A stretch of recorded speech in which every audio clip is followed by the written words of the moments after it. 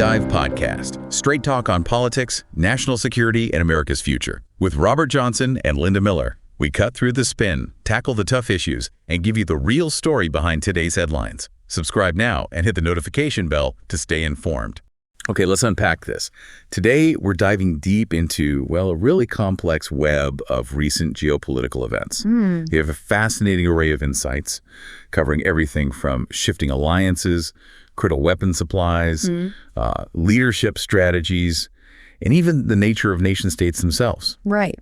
Our mission here is to extract the most important nuggets, the key takeaways, and help understand the surprising connections, maybe, and the deeper implications of what's happening right now. And what's truly compelling, I think, is how events that seem quite separate, calls between leaders, renewed focus on regional conflicts, even domestic policies, they're actually intricately interconnected. When you look closely, you see these underlying patterns in global power dynamics. So we're not just looking at what happened. Exactly. We're digging into why it truly matters in the broader picture. Today, we'll cover developments around the Ukraine conflict, U.S. President Trump's engagements, weapon supply dynamic. The whole Israel-Iran situation, too. Yes, that. And a new front opening up in the Caucasus, plus this pretty provocative analysis of the contrasting logics in different political systems.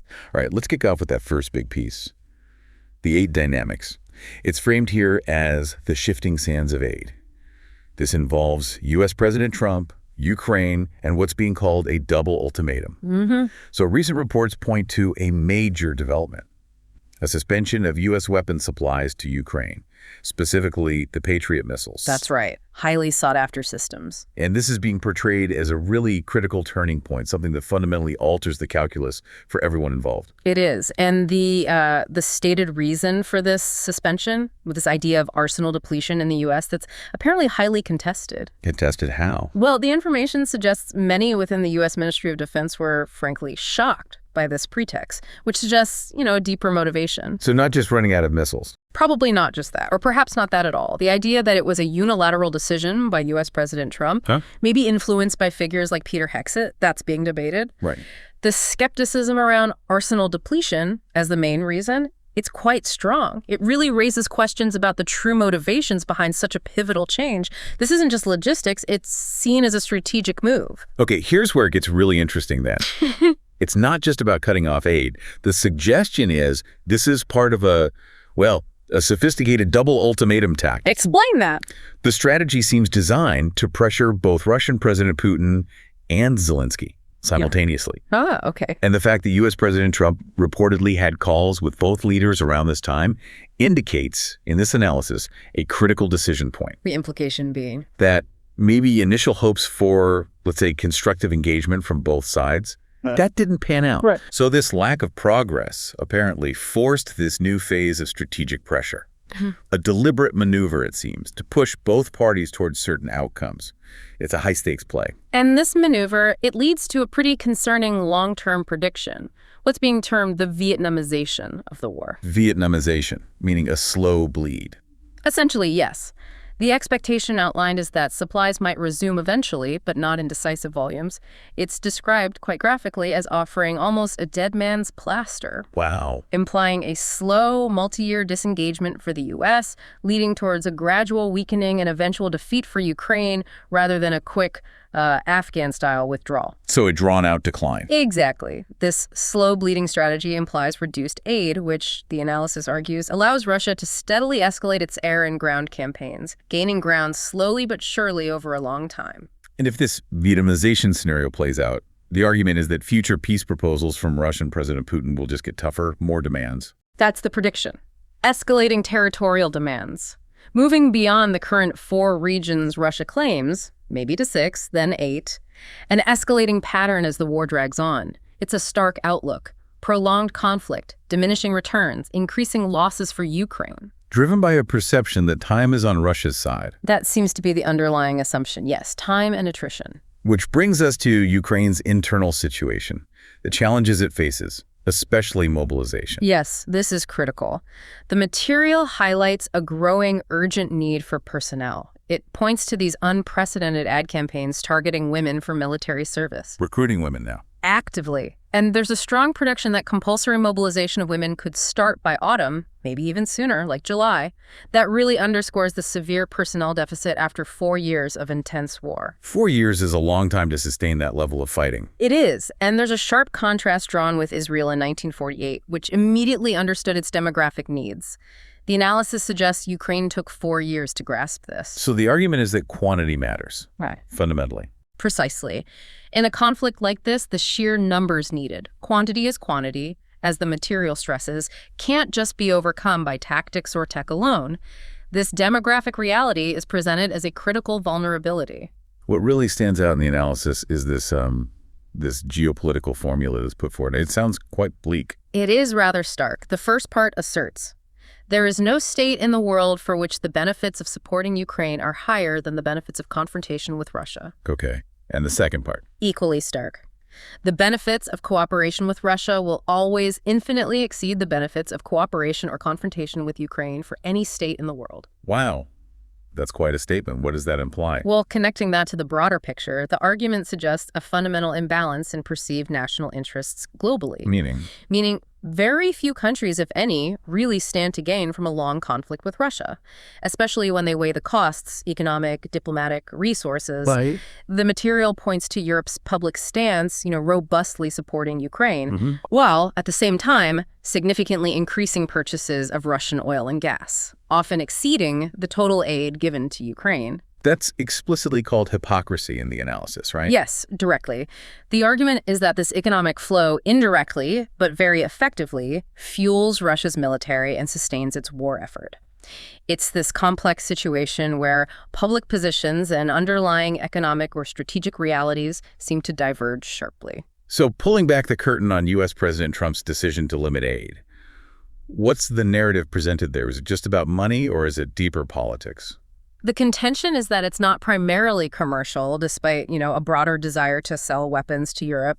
It's framed as a conscious political move. Political in what sense? The analysis posits that U.S. President Trump views Zelensky as a, quote, deep state client. Deep state client. Can you clarify that term as it's used here? Sure. In this context, deep state refers to a leader perceived as being controlled or heavily influenced by a sort of hidden network of unelected officials and powerful interests within a government. So the perspective suggests U.S. President Trump sees his actions against Ukraine or limiting aid as part of his own broader fight against this deep state, both at home and abroad. Interesting. So it's projecting a domestic battle onto foreign policy. That's the implication. It's even suggested that the anti-U.S. President Trump campaigns in some European and Ukrainian media might have emotionally influenced his decision on aid. But the core logic remains political. According to this analysis, yes. The core logic presented is that U.S. cooperation with Russia, regardless of its government, is seen as offering greater benefits to the U.S. and maybe to U.S. President Trump personally than a sustained, costly commitment to Ukraine. So from that viewpoint, it was always a matter of when this move would happen, not if. That seems to be the underlying argument presented, yes. An inevitable conflict between U.S. President Trump's perceived battle against the deep state and the view of Ukraine's leadership as clients of that same entity. Okay, let's shift then to the leaders' dialogue. These important calls between U.S. President Trump, Russian President Putin, and Zelensky. U.S. President Trump, after talking to Russian President Putin for a long time, apparently about Iran and Ukraine, just said, no progress, which doesn't tell us much. It leaves a lot open to interpretation, definitely. But what's revealing, according to the analysis, is Russian President Putin's consistent long-term perspective that shapes his bargaining power immensely. What's his standing offer, according to this? The material outlines it as Ukrainian elections under UN auspices following a Bosnian variant. The Bosnian variant, meaning a very decentralized state. Lots of international oversight. Exactly. Highly decentralized, multi-entity structure, power sharing. Plus, demands for demilitarization and denazification of Ukraine. Terms which are interpreted as significant reduction in military capability and removing political elements Russia finds unacceptable. And finally, recognition of the 4 annexed regions plus Crimea. And this is presented as the moderate position. Believe it or not, yes. Presented as the most moderate from the Russian establishment, with supposedly radical demands being far more extreme. Wow. And crucially, there's his stated commitment to fight for decades if needed, and that implicit nuclear threat. That all shapes his posture.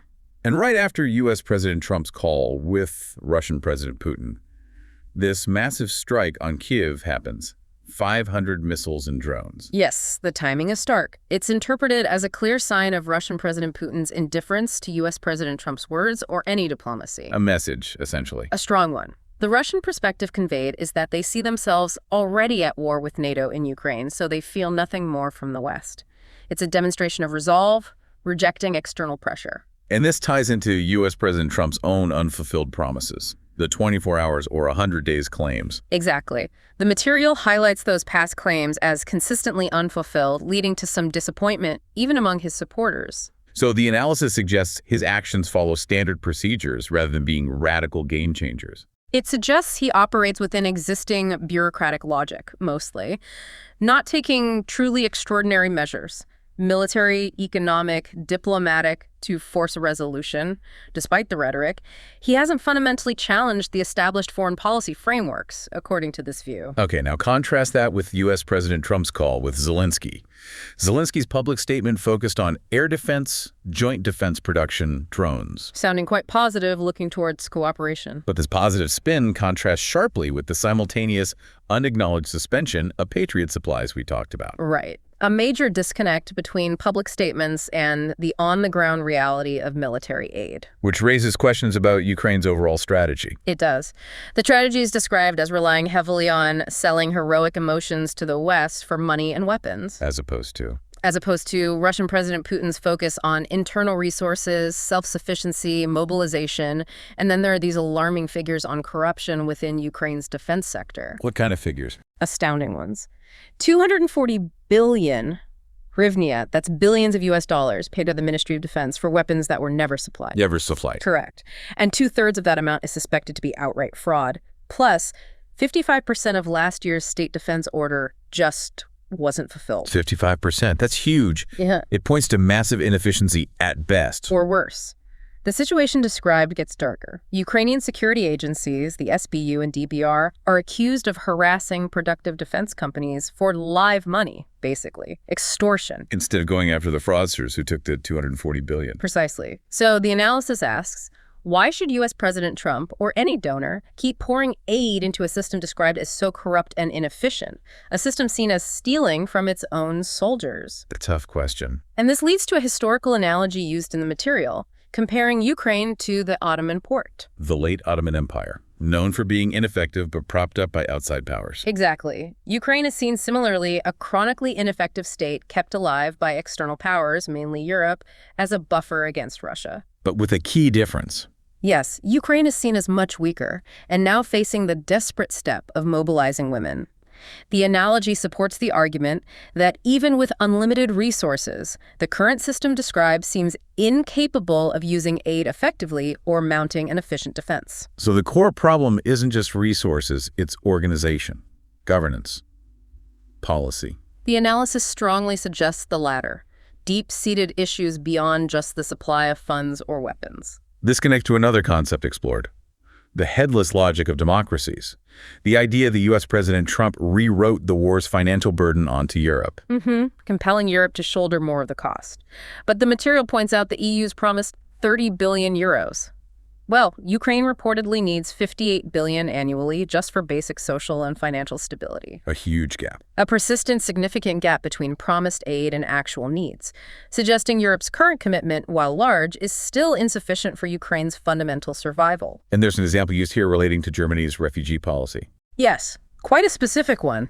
Out of 1.116 million Ukrainians in Germany, 700,000 receive welfare, about 500 euros a month plus housing. Okay. 480,000 of those are working age, but only 17% are employed. 17%, that's very low compared to 60% in Poland or 66% in the Netherlands, a huge difference. Why the discrepancy? The analysis attributes it partly to Germany's strict work conditions, but then there's this highly speculative, politically charged claim Which is? that Germany's policies might be implicitly designed to import future left-wing voters who'll gain citizenship by 2027. That's quite a claim. It is, but the core question raised is, when systems allow such low workforce integration, is it really a resource problem or an organizational one, hindering self-sufficiency, promoting dependency? This thinking extends to the core assertion that democratic governments are fundamentally headless and lying. That's strong language. It's a provocative argument. They're described as appealing mainly to pathos emotions, not logos, rational argument. Because, the claim goes, the crowd lacks a brain for complex, long-term decisions requiring sacrifice. The core lie in this view is the idea of power of the people when, in reality, people don't rule themselves. So governments need to fabricate narratives, like patriotism, to compel sacrifice. That's the argument, constantly fabricating reasons for people to endure hardship or military service. And how does this connect to this situation in Ukraine? Well, the analysis suggests this systemic deception might explain why even Russian-speaking Ukrainians fight for a system that allegedly treats them as second-class citizens. It points to historical inertia. And the fact that 6 million Ukrainian men reportedly didn't register for military service. That's cited as their practical assessment of this democracy. It raises the question, what happens when a system has these fundamental contradictions between ideals and reality, especially in a crisis demanding sacrifice? The implication is deep disillusionment beneath the surface. This seems related to the West's perceived view of Ukraine. Despite public support, NATO membership seems off the table for a long time. Yes, the material highlights NATO statements explicitly excluding membership for 50-plus years. This is called a strategic deception. How so? The suggestion is Ukraine, by putting NATO membership in its constitution, positioned itself as a subordinate client, not an equal. And the West, in this interpretation, exploits that status, using Ukraine's ambitions for its own ends without offering real integration soon. And then there are these revelations about negotiations. Fascinating, yes. Alexander Rodnyansky's account reveals Zelensky's office, via Yermak, initiated talks with Russia back on February 24th, 2022. The very first day. But public statements denied talks with Russian President Putin. Exactly, direct contradiction. And these secret talks apparently continued until mid-May, even after the horrors of Bucha were known. Why did they stop then?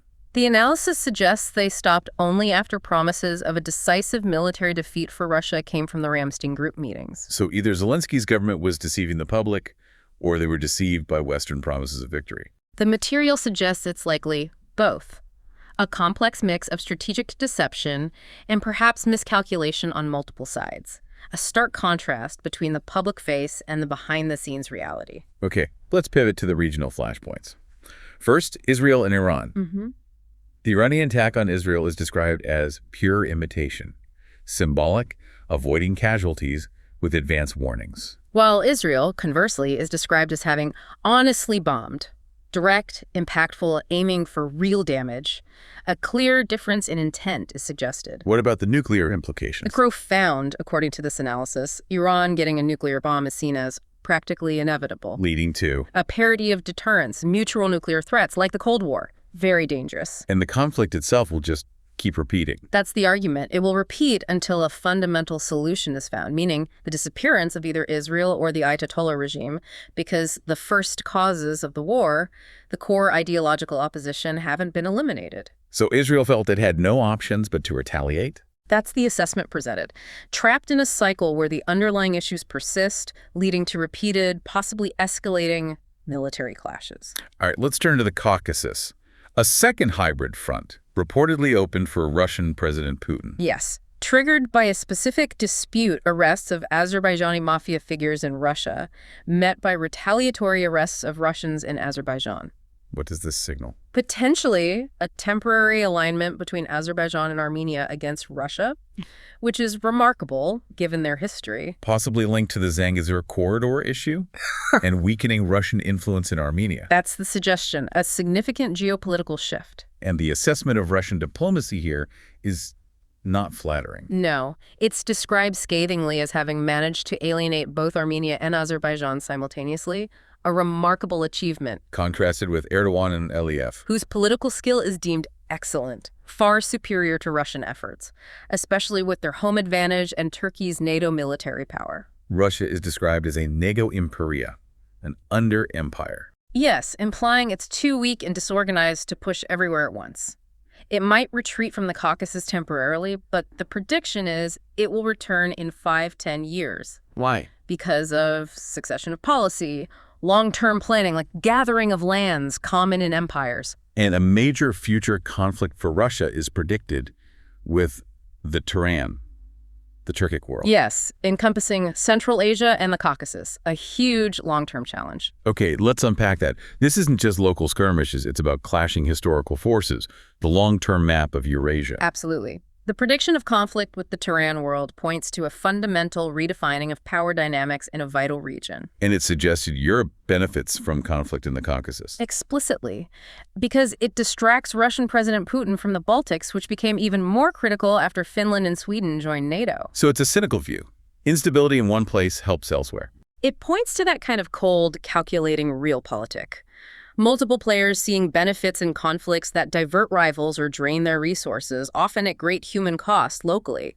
The fault lines are shifting, creating new arenas of competition. This leads into the final section, the nature of power, contrasting democracy and empire. The Russia-Ukraine conflict is called an idiot war here. Provocatively, yes. The argument is that many external powers, China, Turkey, Britain, Europe, even half of America, are seen to benefit. Why? Because it consumes Russian civilization from within, weakening a rival through this internal struggle. So idiotic because both sides are being used, unable to see the bigger picture. That's the characterization, exploited by external powers. The problem stated is a lack of Russians on both sides, not ethnic Russians, but people with a shared civilizational understanding that could transcend the conflict. So it's seen as a self-inflicted wound for a broader Russian civilization benefiting outsiders. A very critical lens, yes, a sobering assessment. And this revisits the idea of democracy being inherently lying. Correct.